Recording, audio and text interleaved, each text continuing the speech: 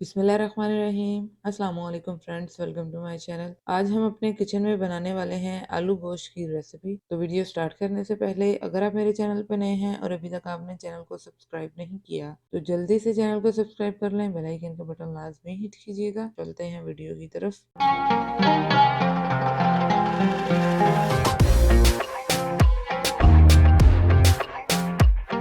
बिस्मिल्लाहिर्रहमानिर्रहीम। आलू गोश्त बनाने के लिए सबसे पहले हम अपनी हांडी में ऑयल शामिल करेंगे। मैं यहाँ पे हाफ कप ऑयल शामिल कर रही हूँ। थोड़े से ये पीस चर्बी के हैं, ये नीचे डालेंगे और फिर हम इसमें गोश्त शामिल करेंगे। ये तकरीबन 1.5 किलो गोश्त है और इसे हमने वॉश नहीं किया, इसे हम गोश्त के पानी में ही पकाएंगे। 3 अदद मीडियम साइज के प्याज इसमें शामिल करेंगे, जिन्हें मैंने 2 हिस्सों में काट लिया है। ज्यादा हम इनको बारीक नहीं काटेंगे। 3 गुठियां लहसुन की हैं, ये हमने छील ली हैं और 3 अदद ही हम इसमें टमाटर शामिल करेंगे, इन्हें भी हमने 2 हिस्सों में कट कर लिया है। हाफ कप हम इसमें पानी शामिल करेंगे।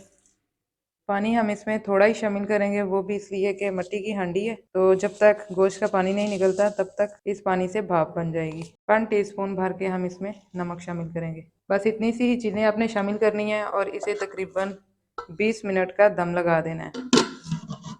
जी तो 20 मिनट हो चुके हैं हमें गोश्त को रखे हुए।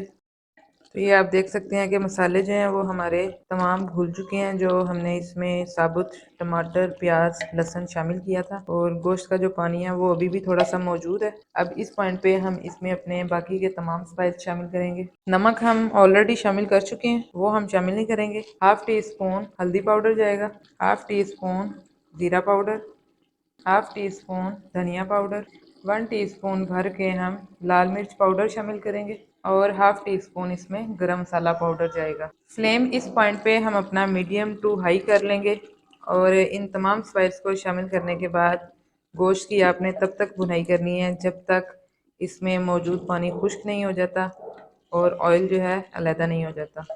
ये देखिए माशाल्लाह से गोश्त बहुत ही ज़बरदस्त भुन चुका है हमारा और मसाले ने ऑयल छोड़ दिया।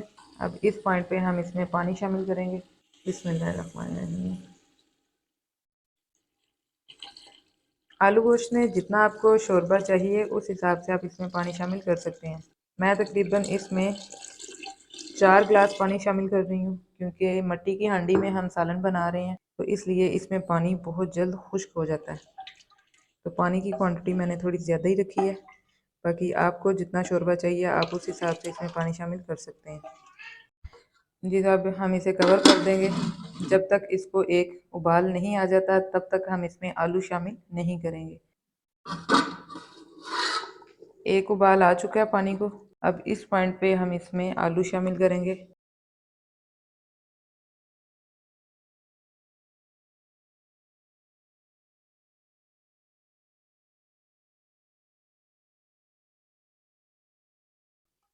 एक बार डोई की मदद से आपने इसको मिक्स कर लेना है और अब इस पॉइंट पे मज़ीद हम अपनी हांडी को 15 मिनट के लिए दम लगा देंगे, ताकि जो इसमें जो हमने आलू शामिल किए हैं वो भी अच्छे से गल जाएं।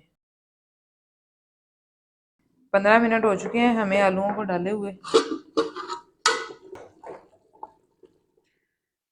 और माशाल्लाह से बहुत ही ज़बरदस्त हांडी तैयार हो गई है हमारी। आलू भी आलमोस्ट, जी तो आलू भी परफेक्ट गल चुका है।